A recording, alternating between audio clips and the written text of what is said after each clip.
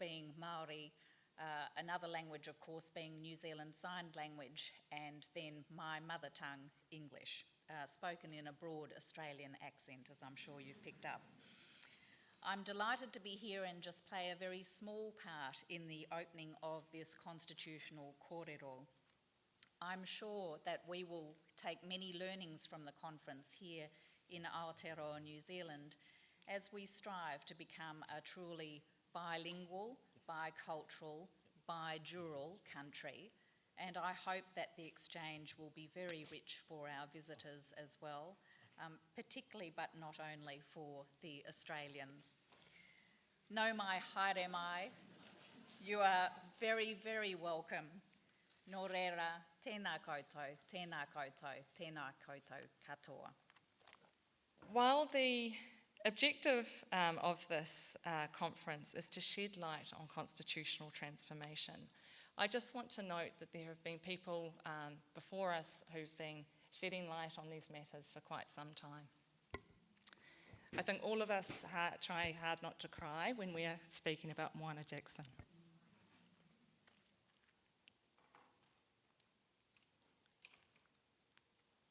Anyways, from the blurb of the conference, there is an uninterrupted history of Māori assertion and practice of tino rangatiratanga, increasingly repeated, reinvigorated and amplified around the motu today. The Iwi Chairs Forum Commission report, Matiki Mai, and nationwide engagement with Māori on how New Zealand might realise its obligations under the UN Declaration on the Rights of Indigenous Peoples, are only some examples. At the same time, there's a growing awareness among all New Zealanders of the fragile foundations underpinning New Zealand's constitution. In particular, the illegitimate means by which sovereignty was asserted over Aotearoa and the ongoing effects of colonisation.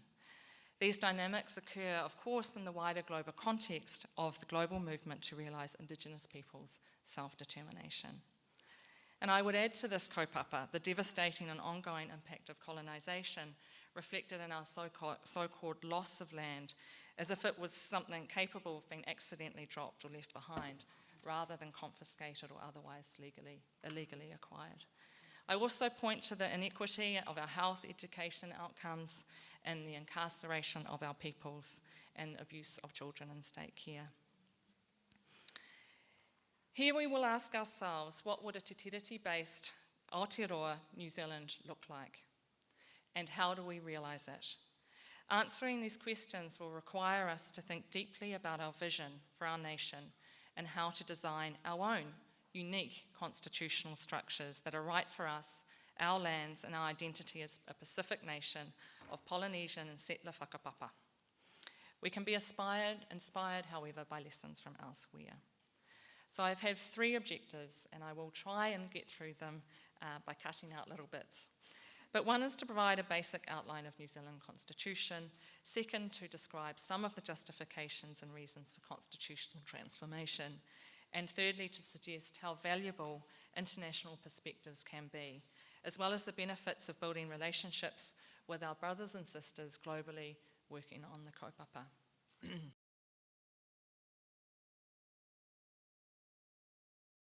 What are those choices? I think the question is, when does incrementalism become stasis, the consolidation of an injustice, whether it's the increase from 4 Māori seats to 7? That has not fundamentally changed the injustice. That is a classic tension in anyone who is a radical thinker from one who is still willing to work within a system.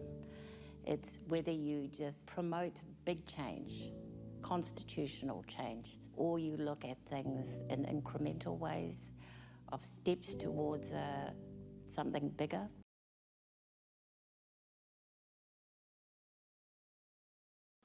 I'm just going to get straight into it because I know that time is of the essence. I wanted to start with this quote from Moana. Without political authority, justice is a meaningless concept. Without the independent right to define justice and determine how it may be achieved, a people remain trapped in injustice. Moana wrote these words in 1992. Even then, 30 years ago, he was reminding us that nothing short of constitutional transformation would enable us to truly grapple with the fundamental injustice of colonisation. Now, 30 years on, some of us might be forgiven for imagining that significant progress has been made towards the realisation of justice in the colonial state of Aotearoa. Pākehā people are queuing up to acquire our reo. Government departments clamour to enrol their staff in cultural competency courses. Tikanga like pōwhiri and karakia have become normalised, even in the most unexpected contexts. And the inaugural celebration of Matariki with a public holiday this year was characterised by some as representing our coming of age as a nation. In the area of the law, more and more of our people are becoming lawyers and judges. We have rangatahi courts operating on marae and incorporating te reo and tikanga into their processes, and plans are even afoot to biculturalise legal education by incorporating Māori law as a foundational part of the LLB degree. In the area of politics, nearly 20% or around 20% of all members of Parliament have whakapapa Māori, and they're to be found across the entire political spectrum. Indeed, having a Māori caucus member these days is seen as an advantage.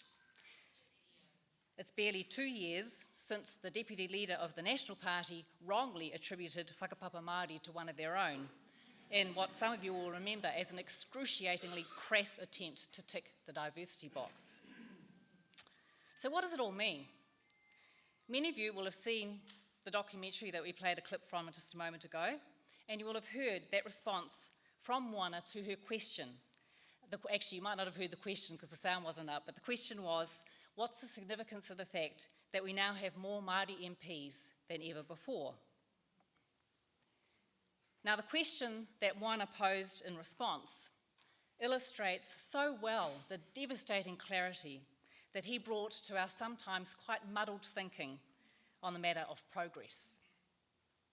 Can the sorts of developments that I was describing just before rightly be regarded as incremental steps towards the achievement of fundamental change, or do they serve merely to consolidate the injustice of colonisation? Now, starting with this question could very easily take us down the path of accusation and counter-accusation, of drawing sharp distinctions between realists and idealists, between tino rangatiratanga champions and kāwanatanga sellouts. But those of you, yeah, we've all been there, right? But those of you who knew Moana will also know that one of the many reasons that he was so loved is because he never stooped to that kind of simplistic point scoring. He didn't judge. He just quietly prodded us into demanding more from ourselves and from those around us. He was, if you like, our conscience, that quiet yet insistent voice that sometimes we'd rather not hear, but which is impossible to ignore.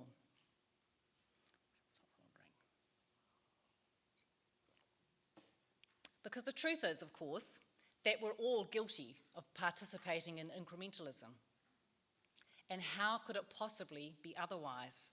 Like anyone trapped in an abusive relationship, we are forced to play along with the rules set by the abuser simply to survive. One of the most soul-destroying things about colonisation is the way it makes all of us complicit in its maintenance, one way or another. We claimed that the Crown had consistently overstepped the bounds of kāwanatanga and that it was intruding into the domain of tino rangatiratanga, making decisions that undermined the way that we do things and claiming authority over aspects of our operations that far exceeded the rightful ambit of its powers pursuant to Te Treaty. Since early 2018, we've been working directly with Crown officials to resolve our claim. It's been a difficult and sometimes very painful 5 years, and we still have a really long way to go.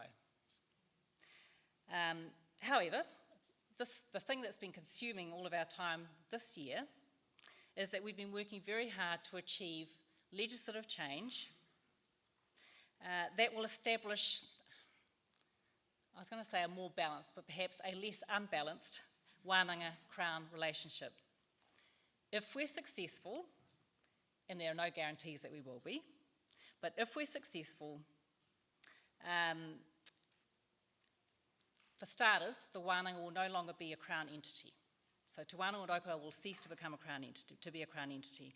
Our administrative settings will reduce the scope of crown involvement in our affairs in a number of quite important respects, and our lines of accountability to our founding iwi will be significantly strengthened. We've recently shared these proposals with our founding iwi, with staff, students, kaiawhina, with others in the Māori education sector, and the response has been overwhelmingly supportive. Okay, so that's my example. Question, is this incrementalism? Without question. Without question, that's what it is. We are tugging at the threads of our legislative straitjacket, trying to create some wiggle room. Is it consolidating the injustice of colonisation? Absolutely. There's no escaping the fact that that's exactly what it is. To begin with, we were forced to lodge a claim with the Waitangi Tribunal before the Crown was even willing to enter into discussions. As Jane Kelsey so aptly noted 30 years ago, the Tribunal is a moderate option which provides a catharsis for Māori discontent without undermining Crown authority. If anything, it bolsters that authority by allowing the Crown to project an image of Te Tiriti compliance while in truth demanding very little of it. Now, none of that is a criticism of the Tribunal and the members of the Tribunal who do extraordinary work. It's a criticism of the structure and the way it's set up. We've developed a constructive working arrangement with Crown officials over the past few years, but no amount of goodwill at a personal level can alter the fact that the Crown sets the parameters of the discussion. There are some matters that are open for discussion. There are others, for example, why the Crown should have a monopoly on designing and implementing educational policy, or why it gets to determine how our taxpayer funds are allocated. Questions like that are, frankly, beyond the pale. In order to make the changes that we've agreed upon, we are wholly reliant on the legislative process, with all its peculiarities and its mind-numbing array of requirements. So, by the very act of continuing to work within the constraints imposed on us by kāwanatanga, we legitimate a set of constitutional arrangements that are in direct breach of Te Tiriti o Waitangi. The irony of being forced to rely on kāwanatanga to achieve our short-term goals is not lost on us. However, that doesn't mean that we should simply succumb to the logic of the coloniser. We're really determined to remain clear-eyed about what we're doing and why, to keep our eyes firmly fixed on the horizon of tino rangatiratanga, even as we are being forced to compromise our position in the present. That's kind of a form of schizophrenia, if you like. And I don't have a manual of instructions on how to achieve this without going quietly or noisily mad in the process. But the following pointers have helped our team remain on track. Firstly, being unflinchingly honest about what it is that we're doing. We are, within a set of rules designed by and for the coloniser, playing their game to secure the least worst outcome currently possible. There's no point deluding ourselves that we are achieving tino rangatiratanga, because we're not. We are merely trying to curtail the reach of a rampant kāwanatanga. Secondly, holding ourselves to account. Our team is made up of people who feel an enormous sense of responsibility to uphold the legacy of Whakatupuranga Rua Mano, that iwi planning strategy that was instituted in 1975. We're all children of that project. We were all kids when it kicked off. We have an enormous sense of responsibility to ensure that our every move is consistent with the thinking that created Te Wānanga Ōrākau. The very last thing that we want to do is to unintentionally create further barriers to the achievement of our ultimate goal, which of course remains the restoration of tino rangatiratanga. We're constantly checking in with each other about the implications of our decisions. Oh, and that's too far. Thirdly, holding the Crown to account. While building good personal relationships is key to making progress, and we've done that, there's no point telling Crown officials that we're there when quite clearly we're not. Positive reinforcement is one thing, false flattery entirely another. The Crown needs to be regularly reminded that we have a long way to go before the standards set by Te Tiriti o Waitangi can be said to have been met. Fourthly, I think it is, yes, guarding against complacently. If we start feeling satisfied, that should set the alarm bells ringing. To quote Linda Smith, it's one of my favourite quotes of hers, being irritated is good for our thinking. It sharpens our focus. I would go further and suggest that anger makes excellent fuel. There's nothing wrong with anger. It's what you do with it that counts.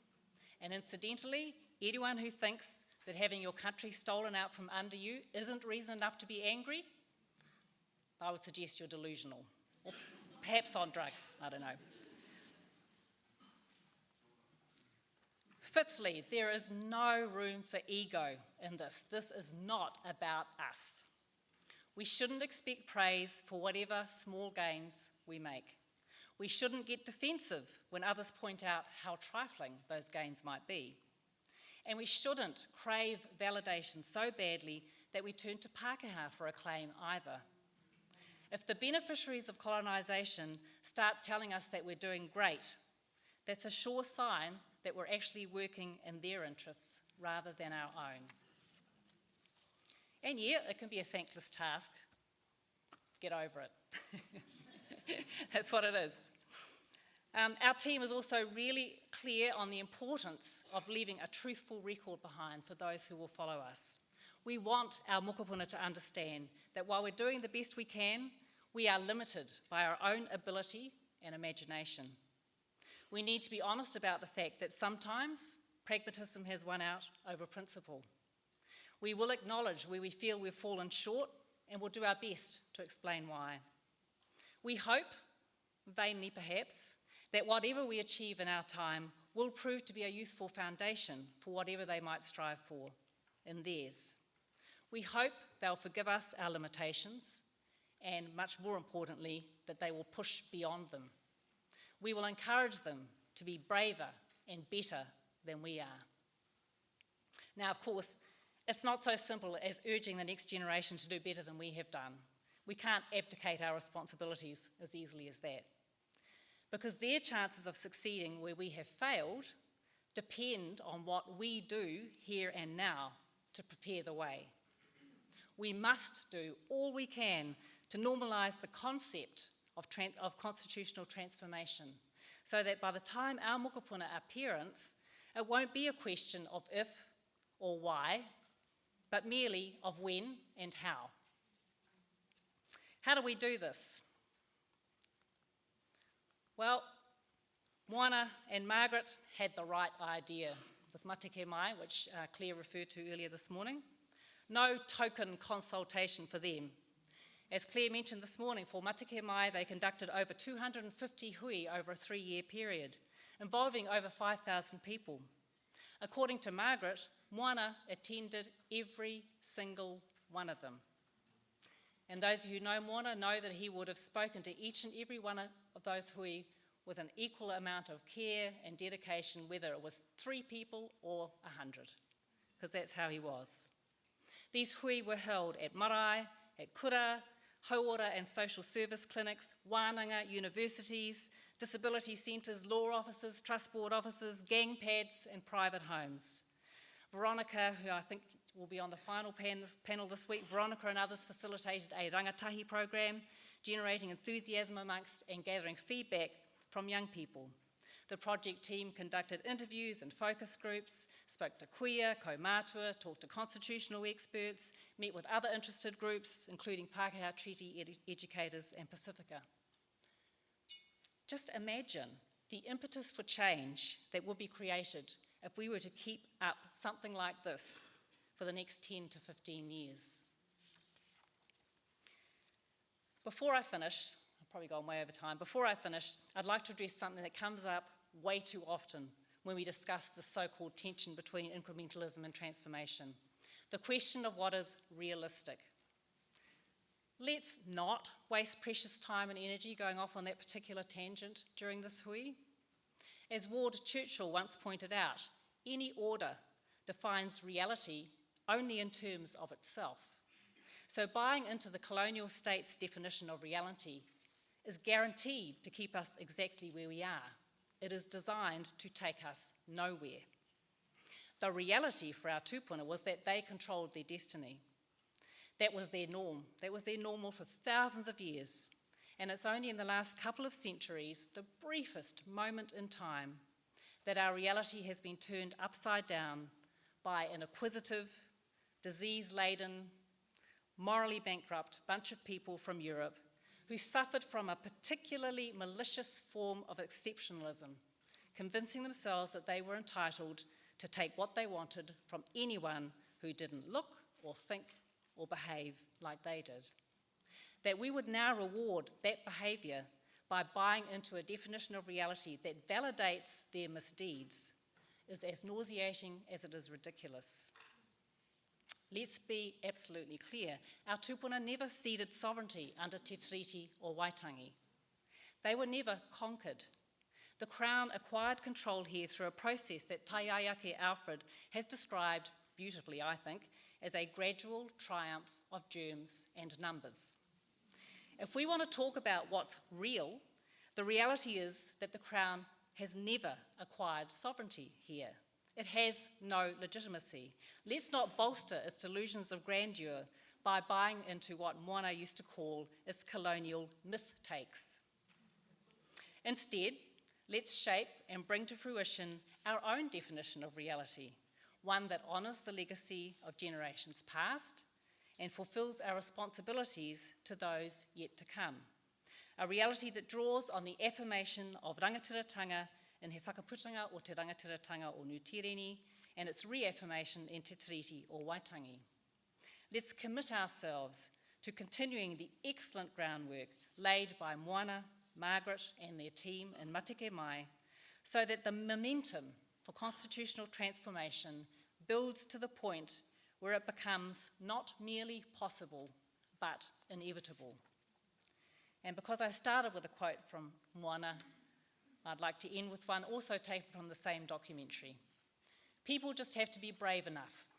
And if enough people can be brave, if enough people can unlearn racism and injustice, then we can actually build good relationships in this country. We can reclaim what Te Tiriti promised.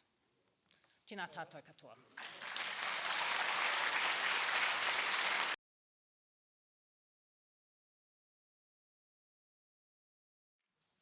Waipopa taumatarau. Me ona mana, me ona tapu, me ona wehi, tēnā koutou mihi mai whakatau mai. Hakua kāre au I konei te wai pōhiri tia, ngā manuhiri o te motu o te ao, tēnei au ka tautoko ake I ngā mihi mihia, waihotia ki reira. Tēnā koutou, tēnā koutou, tēnā koutou. Well, it's quite hard to follow that. I mean, it's hard to disagree with any of it as well. But on behalf of all the Kāwanatanga sellouts, let me have a crack at it. I'm reminded it is through law that we love one another. Horomona didn't distinguish between aroha and ture. And it made me think of that great phrase from Cornell West, justice is what love looks like in public. And then the constitutional moments change. Te whakaputanga and Te Tiriti introduce the idea that you signify change by marking a two-dimensional page. Not by song, not by story, not by mingling your DNA, but by a mark on a page. Completely un-Māori, completely un-Polynesian. We privilege these documents probably because we've bought into that crap. We privilege the whakaputanga, which does no more than tell us what was the fact at the time. It reflects our own colonisation, that we need to celebrate something written down and marked by our ancestors in a process utterly unfamiliar to them, in order to express our own legitimacy. Treaty o whakaputanga. Āpera Hamataonui said, kaua te tiriti o Waitangi e uhia ki te haki o Ingarangi, engari uhia ki te kahu Māori, te kahu no tēnei whenua. Do not clothe the Treaty of Waitangi in the flag of England. Clothe it in the cloak of the Māori, the treasure that belongs to this land. Make it a Māori thing, is what he was saying. And I think what he meant by that was, don't get sucked in to the contractual analysis. Think about it like a Māori. Then we have the creation and recreation of large-scale tribal coalitions against colonisation. In 1858, the appointment of the first king. Another revolutionary idea. Why? Because the king's claim of right in 1858 was purely ethnic. Kinship had nothing to do with it, for the first time in our history as a people. So radical was this transformation. So necessary, of course, utterly necessary. This was a people trying through constitutional process to transcend their own system of being in order to resist what was happening. And through the creation of the kingitanga, the concept of mana whenua is probably born. The separation of sovereignty from take whenua, from rights in land. But that's a whole other story. But you can see in these processes, the legal system, our own indigenous legal system, is changing in response, in the way that societies do. Because there's this bumpy U-turn that occurs coterminously with Whatarangi's Whakatupuranga Ruamano, the 70s and 80s. And as a lawyer working sometimes with David on treaty claims, I watched up close communities reconstituting themselves before my very eyes, pulling themselves up by their bootstraps, at first tentatively and then enthusiastically, just to engage with the Waitangi Tribunal in order to retell their truths. And you're right, the Waitangi Tribunal was established as an institution to civilise the discussion, because the government was looking across at the civil rights movement in the States and they didn't want cities burning. No doubt about the Waitangi Tribunal being a way of getting people off the street and into the courtroom. It's very, very effective. So the leaders stretched unused muscles for dealing with the various versions of officialdom from the outside world. The people supported and cheered their comrades who were on. They sang, they danced, they talked, and frankly they were delighted that somebody cared. They had to tell a story at all. Process, interestingly, built cohesion, built a sense of self which had, for 100 years or so, been stolen. what happens is this leads to widespread organic reconstruction. Messy, hopeful, frustrating, imperfect, occasionally wrong-headed, but an awakening as we decolonize ourselves.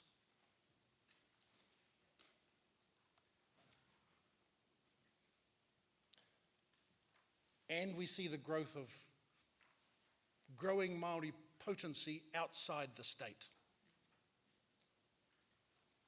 Post-settlement governance entities, those dreaded PSGEs, tribal business, mostly agribusiness, but more now, and the inevitable wider cultural impact that Ani talked about. You can't get into a Māori course now because it's full of Pākehās. And we are at a point, it seems to me, of interdependence. For a culture for which relationships are everything,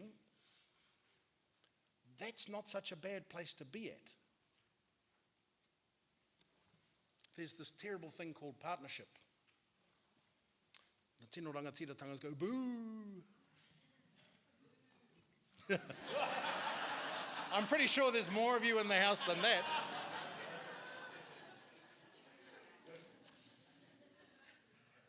It was Manuhuia Bennett's idea, according to Eddie Jury anyway. Bishop Manuhuia Bennett was a member of the tribunal, said this is a partnership, I think.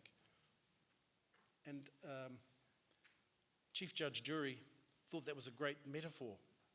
And now you see how it's seeped into the law. He managed to convince President Cook that that might be the linchpin of the treaty itself. And we're still talking about partnership. My point is, none of this is new. That's what Tawhiao was talking about. More particularly, that's what Wakanene was talking about. On the treaty ground in 1840, he said, e te kāwana, ko koe kei konei, ko au kei konai tō taha. Governor, that will be you and this will be me. Because this is a culture that loves relationships, doesn't care about contracts, loves building organic relationships that strengthen both sides. Now, this one has not done that, but still we default to that idea. Now, te ao Māori and te ao kāwanatanga are utterly interlinked and interdependent as a result of the failed attempt to extinguish the former in the ongoing process within the Māori world of reconstructing itself. Reconstruction has been enthusiastically pursued by Māori since the 1980s, and there are earlier versions of that long before. Kingitanga, Kotahitanga, the Native Councils, the Māori war effort, every generation has its crack at this and usually gets undermined. All we're doing is having our crack at it. Inevitably, as Twain says, history does rhyme, even if it doesn't repeat. And we face, I say this as a judge, ongoing ambivalence from the state about sponsoring separate nodes of power too much, even when there are good public policy rather than constitutional reasons for doing so. Stuff has changed, and this is where I want to end. I said that we got to a point in the 50s and 60s where it became impossible to talk of Indigenous on its own terms. And you had to reference it by reference to some government policy, some state funding, some statute. That's changing. The iwi chairs was an organic creation, suspiciously similar to the conference at Kohimarama in 1860 as an attempt to prevent the war. Matike mai. The COVID responses by tribes. Rāhui. I've been witness to the operation of a rāhui in Porirua Harbour several rāhui actually, in Porirua Harbour, imposed by Ngāti Toa, thoroughly complied with in a dense, multicultural urban area. I wouldn't have thought that could happen. You know what? I think we've grown out of the old "can I ask permission?", which was the position really from the 1950s through to quite recently. The position appears to be now just do it. Do it well, do it responsibly, do it in accordance with those principles that Ani talked about, but just do it. Here's an idea. The courts have been struggling with tikanga. You'll all know about that. You'll all be either petrified or joyous, depending on how you see this might play out. I've been thinking about how it could be that Te Ao Māori could wrest better control of that interface. What about the voice? The Australian idea of an indigenously constructed voice for. What if the tribes got together and said, here are 6 people who on tikanga matters will be our voice. They will intervene and patrol the perimeter to make sure you judges don't overstep the mark. And the judges, if they've got any sense on the bigger cases, will reach out to the voice. I'm stealing the Australian phrase, but there'll be another name for it, to help so that they don't screw it up. Not because some statute creates a voice, some government funding funds it, but because the tribes know that this is an excellent expression of mana motuhake at the perimeter fence. Just an idea. Kia ora tātou.